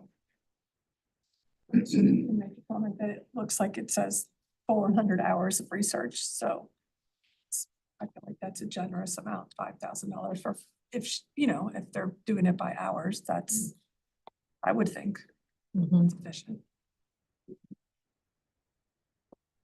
A small second. Go for it. Motion. We have a second. motion and. Yeah. Second. Okay, any other discussion or questions? I would just comment that this $5,000 is going to the Wildwood Historical Society. So it's not going directly to her. She's doing it on their behalf. Oh, that's wonderful. Yeah, that's a good. Okay, all those in favor say yes. Yes. Anyone opposed, say no. You have permission to go forward. Thank you.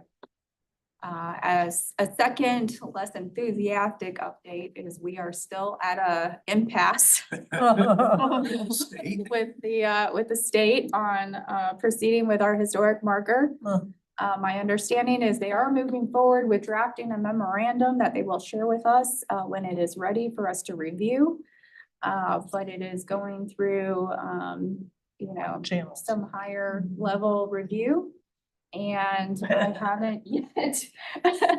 Mayor's wife.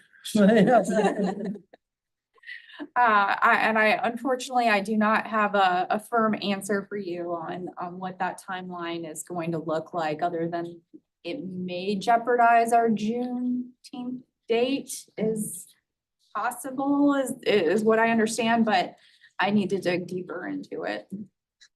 Is David aware of our Juneteenth date that we're? They are very aware. Okay. I've been following up and letting them know what our timeline is. We had a conversation with them up front with our schedule. Unfortunately, I think, people learned of this exciting project and got looped in, and now it just needs to go where it needs to go for review.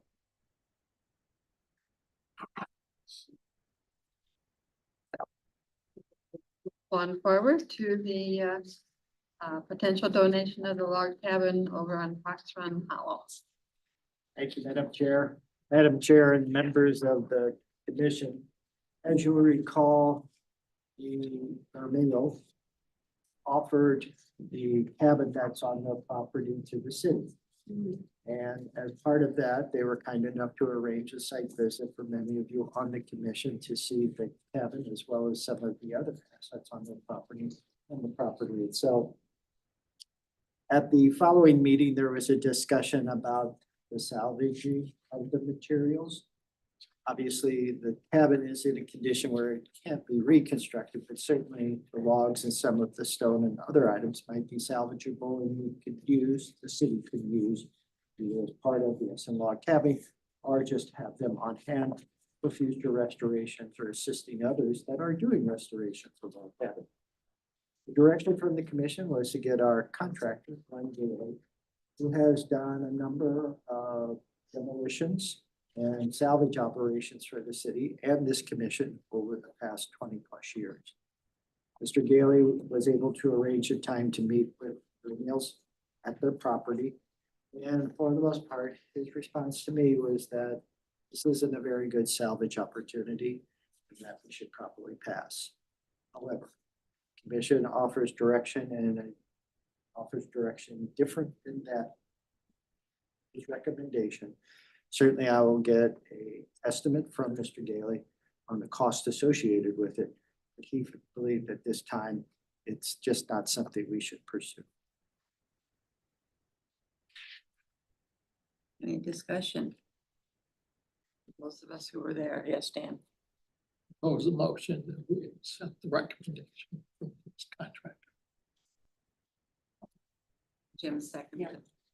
Any more discussion? No, she'll be disappointed.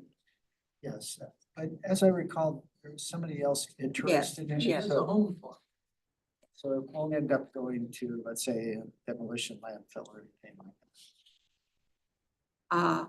All those in favor of this, say yes. Yes. Anyone opposed, say no. It has passed. Thank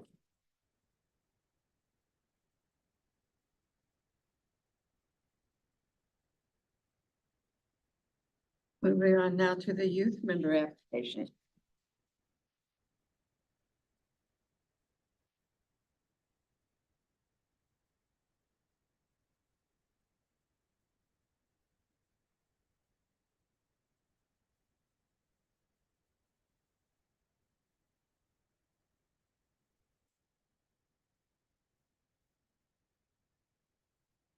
Madam Chair, members of this commission, the time has finally arrived to discuss onboarding our youth members.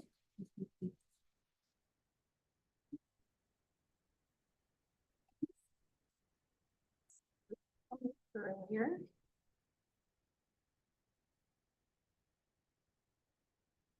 Yeah, I will just manually do it.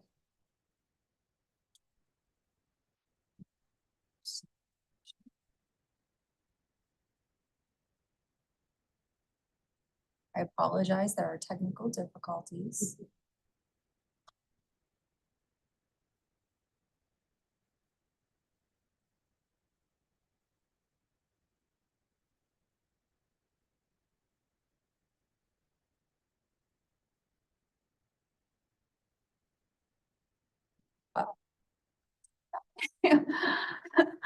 All right, so we are now official.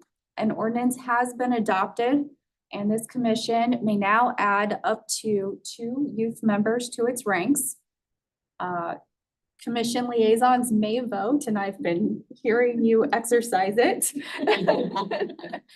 And this commission is also authorized to designate an advisor, which we'll come back to.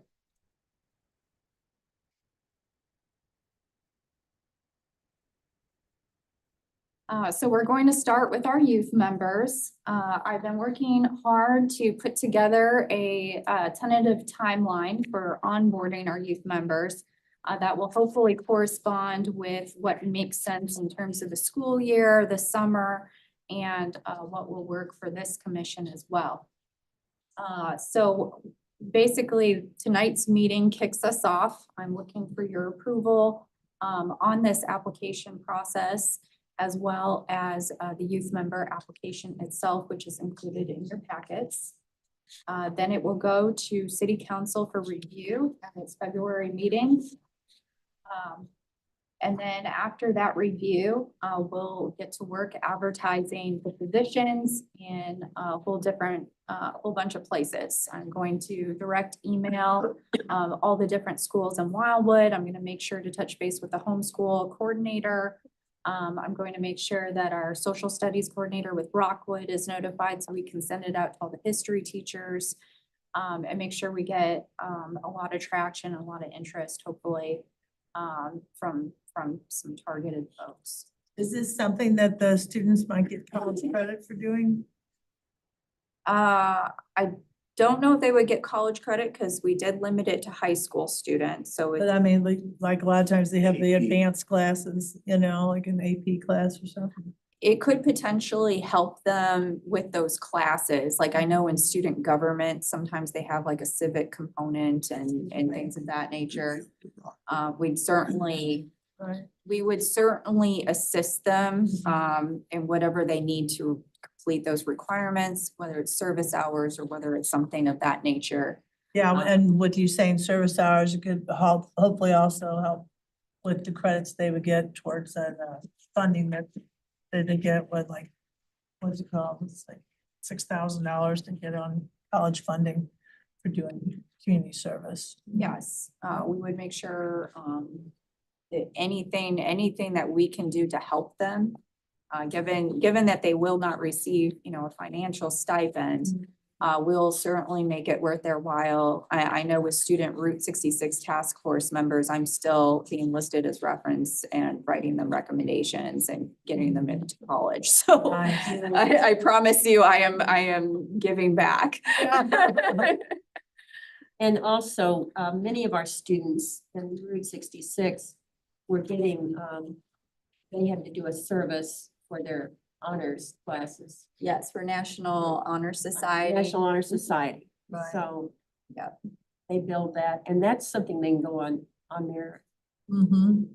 their letters. Absolutely. Refresh my memory, will these two have voting rights? They will have, we'll discuss it towards the end of my presentation, but we're recommending that they receive an honorary vote. So they will be non-voting members in terms of having an official vote, With their case? but they will be able to talk and assert their voice. And Yes. Is there any advantage, instead of having two members, is there any advantage to making one full-time member and one being an alternate? I think it's something certainly that this commission could discuss. I mean, that might be splitting hairs. I would think if we want them to participate and you have one who's a full member and one that is an alternate, I think they would be happy to be together, whether they come from the same high school or not, It's on the same plane, on the same level. same level. If I may, I would also assert that I think if someone was given an alternate title, they might not take it as seriously because we're asking them to take this as a serious matter outside of all their extracurriculars, all of their school studies and.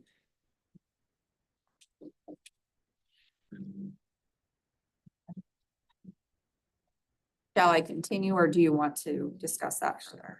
Is there any other discussion on this before we move forward? Move forward, please. Okay. So again, we're looking at an application deadline of April 1st. It will be advertised also in the Gazette. We'll get it out on social media. So hopefully we'll have some pretty broad reach with this application. Would go in the weekly newsletter too. Yeah, yes, absolutely. Any avenue we have to advertise it, we'll put it out there. So the month of April is going to be busy because I hope that either our chair or an appointee will be involved in the interview process for youth members. So any applications we receive, we'll probably start scheduling interviews. I don't recommend that we overwhelm our interviewees at their age. So I do suggest we limit it to a pretty small group, probably no more than 3. But it would be nice to have some participation in that process. Then Go up there and put them in a chair right there. I think that would be.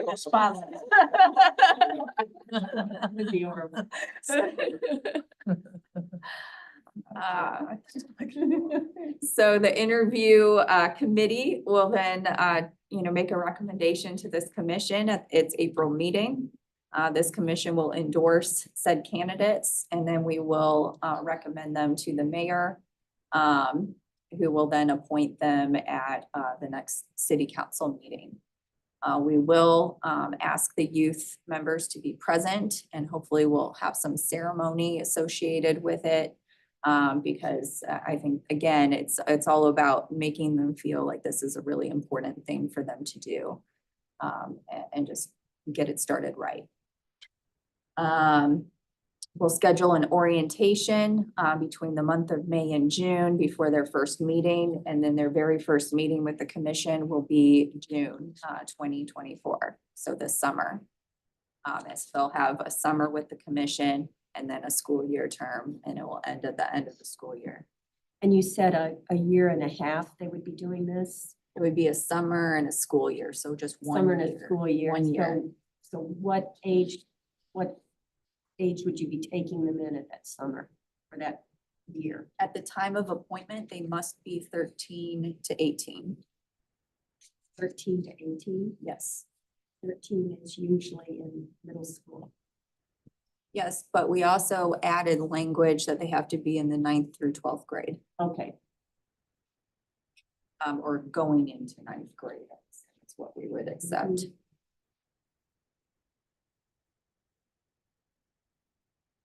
Any other comments? So that's generally what I'm looking at in terms of timeline and process.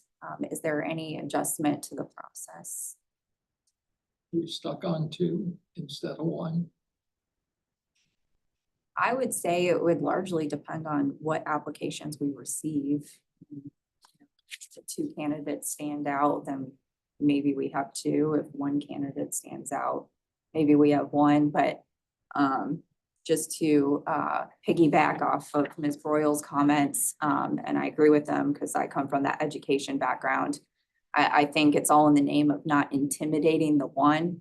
I mean, I know Mr. Myers was a very good liaison, but he also had the student Route 66 task force.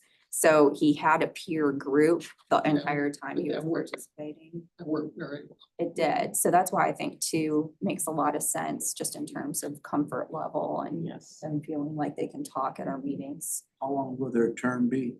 1 year. It's renewable up to 3 years, but it's 1 year to start.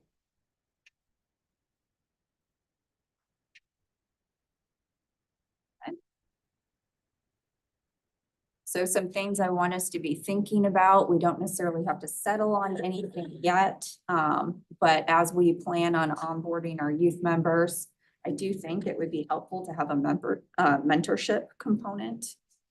With Nolan, I noticed that Ms. Broyles was basically his honorary mentor. But that seemed to work well, because, you know, he basically had support at every meeting.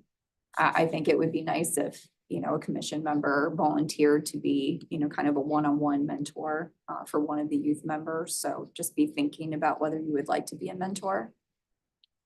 I think for the orientation, it'll be nice to have them outside of a formal historic preservation meeting. So anyone who signs up to be a mentor, certainly come to orientation. It'd be a good opportunity to interact with our youth members, but really anyone from this commission is invited to attend orientation and be a part of that. Again, I think it was a really nice kickoff for the Route 66 Student Task Force to have that brunch at Big Chief Roadhouse and that tour. It really got us all acclimated in a fun setting. So I think we should probably look at making that fun for them. We discussed the honorary vote. I do think the honorary vote's important because I noticed even with Nolan, who certainly acquired confidence as the year went on, he wasn't exactly one to volunteer himself into a discussion. It was easier for him to participate having that firm like Student Route 66 task force update role. So I think just giving them that opportunity to have the floor and talk to the commission is nice, and it might encourage them to talk at other points as well.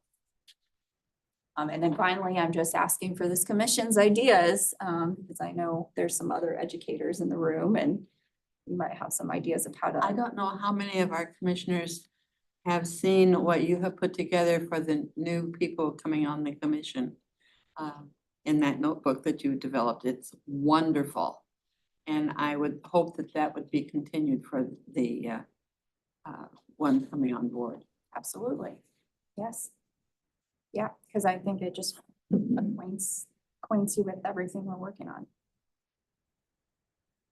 We're referred to as commissioners. What will we refer? Youth member? That's a good question. Youth commissioner? That a youth commissioner seems a little bit more formal. Or I mean, we could just, they're just considered members, really. The only difference is they don't get to vote. So we could just call them commissioner, whatever their last name is. My intent would be to address them the same as you. I agree. I like that.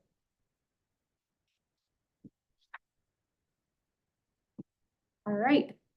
Well, if you have any ideas, I'd certainly take them at this time. Otherwise, I'm looking for an endorsement of this process and application. Are you concerned, or is there any correlation with accepting these kids, like based on their GPA? Do you care, like, if they're not like an accelerated student, or do they have to be like an A student, or what? I really struggled with that one. I had that discussion and I think I eventually put on GPA, and then I think Joe actually took it off. And, you know, like, I don't know what Nolan's GPA was. Right, I'm not sure I care. right. I I figure think if, as long as they have enough of a strong interest, it would probably improve their GPA by Exactly. being I about, was you thinking. Exactly. know. Yes, I concur. I think, you know, these are the opportunities that can sometimes change a person's entire trajectory. Sure, yeah. With that mentorship, maybe getting them into your office and working on small projects alongside you for the city. Well, we'll see how much time they have and how much time I have. How much patience you have. Oh, I have plenty of that. Make a motion that we accept the way of the youth membership process. Tracy seconds. Any more discussion? All those in favor say yes. Yes. Anyone opposed, say no. You have it, Robin. Fly with it. Thank you. I think if you have, I know we're finished, but I think if you have those 3 people that are interviewing them, you'll get a real good sense about how mature they are at whatever age.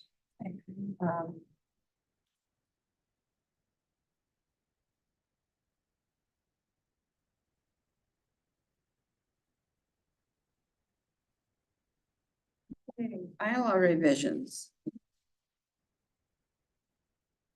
All right, Madam Chair, members of this commission, as a follow-up to our last discussion, we also have some business to conduct pertaining to the bylaws that now need to be amended to reflect what we just adopted as an ordinance as a city. So these bylaws, bylaw revisions are pretty simple. And I think the only thing that we may be addressed in here that was not addressed in the ordinance is simply the mention of the honorary vote for youth members.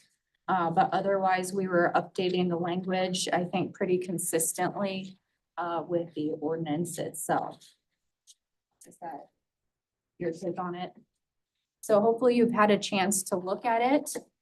I think it is very similar to a previous draft you've seen. However, it is generally the business of this commission to sit on it a month and then vote unless this chair believes that the previous reviews are sufficient to count as that. What is your feeling?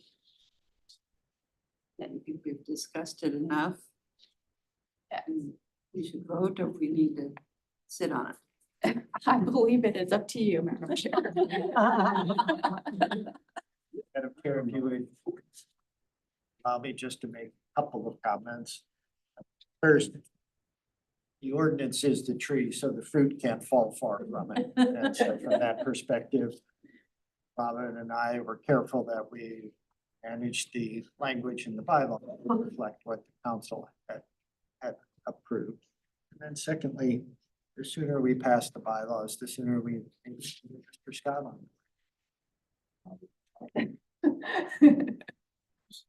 Move forward. The motion. Accept as presented. Move to accept this for a second. Second. One has seconded. Any other discussion? All those in favor say yes. Yes. Anyone opposed, say no. Thank you. Moving forward.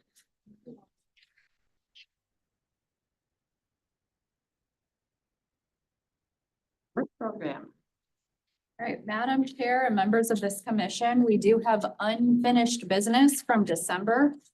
As you recall, in December, we presented a proposed 2024 work program to you.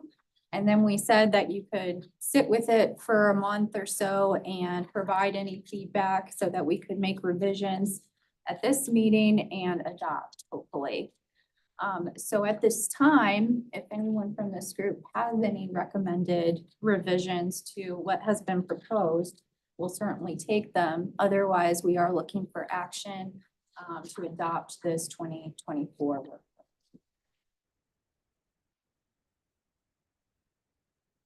As a plea from the department, please don't add any more. I'm just gonna say, it's a pretty full docket. I think the preservation plan is going to be a very fun project for all of us.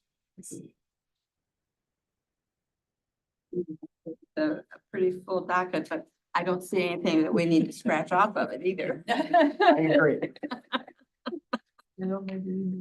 Madam Chairman, I assume that the program as presented with gratitude.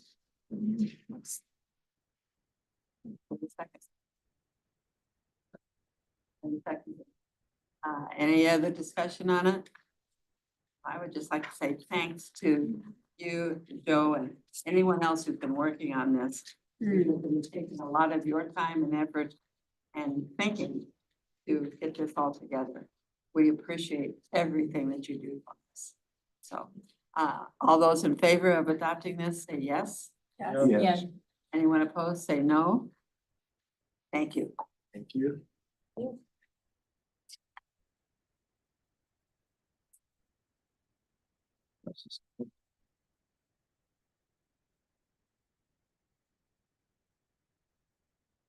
My agenda is away. I think with that. Here it is.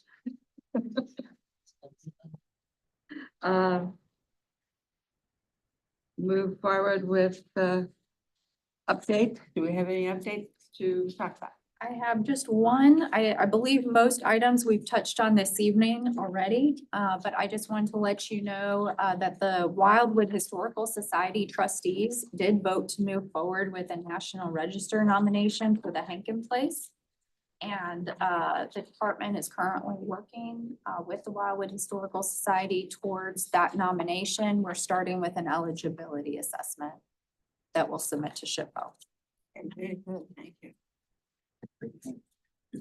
That's the home that's next to their. Correct.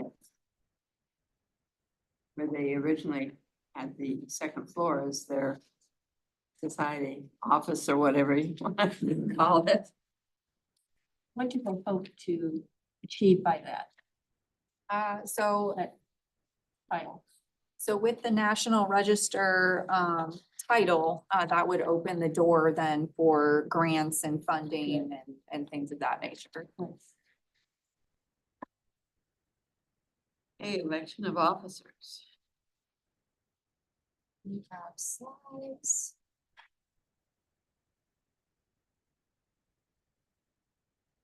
Was there a page in our packet on that? Yes, ma'am. Okay. So Madam Chair and members of the commission, Thank you. at our meeting in December, our chair went ahead and appointed a nomination committee that did meet in between that December meeting and this January meeting to nominate a slate of officers for 2024. This slate may be considered as a whole, all in one vote, or each position can be voted on separately. We're voting on chair, vice chair, and secretary. Nominations may also be entertained from the floor at this time, if anyone would like to do so. Candidates receiving a majority vote from the commission will be considered elected and will start their term in February.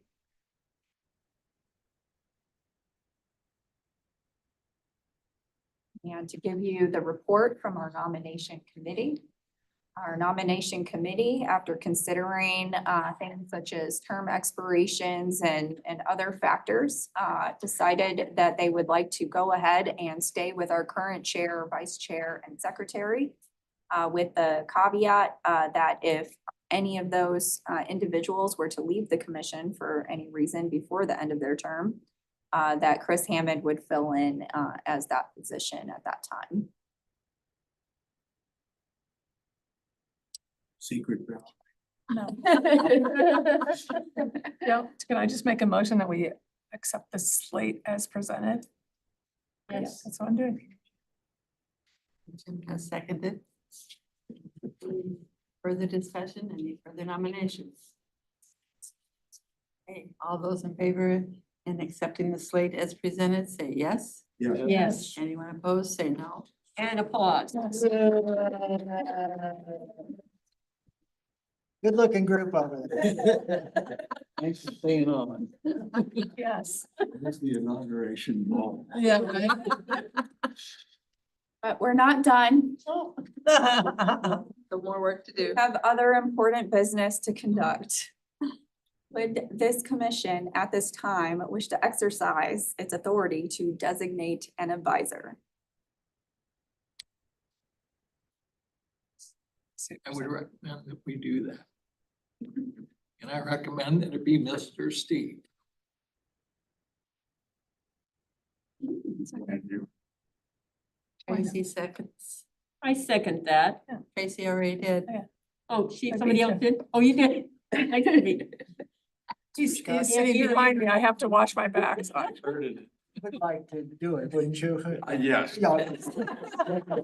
Make sure. you don't have to go through an interview. What's your GPA? I think that, Dr. Hanson wants. You don't want Is there a vote? Okay, all those in favor of Mr. Scott being advisor, say yes. Yes. And anyone know it? Thank you, Mr. Scott. And just in preparation of this moment. You're pretty confident, aren't you? Oh, thank you. I can sit at the table. You gotta sit at the table now. She brought the- Oh, it made you stay here so long. Welcome back to the table. Yeah, welcome back to the kids. Yeah, I think our next item is the demolition request. Sorry, I didn't get there. I was having power problems at my house that day. That was the best decision. Doing a lot of praying, let me tell you. Madam Chair, members of the commission. It was a very cold day and dreary that the commission went out to see 17046 Church Road. In fact, our vice chair informed me that it had dropped 10 degrees from the time he left his home and arrived at City Hall. And the wind was pretty much blowing me over as I opened the van doors. But these brave souls journeyed with us to Church Road, where we toured the residents. And actually, there was quite a full group here. So I have pictures. I can show them if you would like. I don't need to show them, however, because the commission did vote to authorize the demolition. The demolition letter has been signed and authorized by the department and is included in your packet this evening. What we did see from this residence was that the siding had been taken from it. It had been graded. It was very difficult to get inside. I was the only one brave enough to climb 3 feet up into the interior and then bang on walls. The interior was a lot nicer. There was some solid wood furniture that we did end up recommending as a department for them to donate. But unfortunately, the thing did not appear salvageable. So that's my presentation. If you'd like to see photos, I can show them at this time.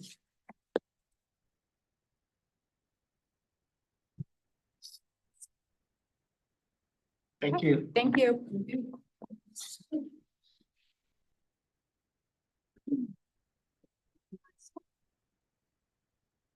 The next meeting will be February the 22nd, George's birthday.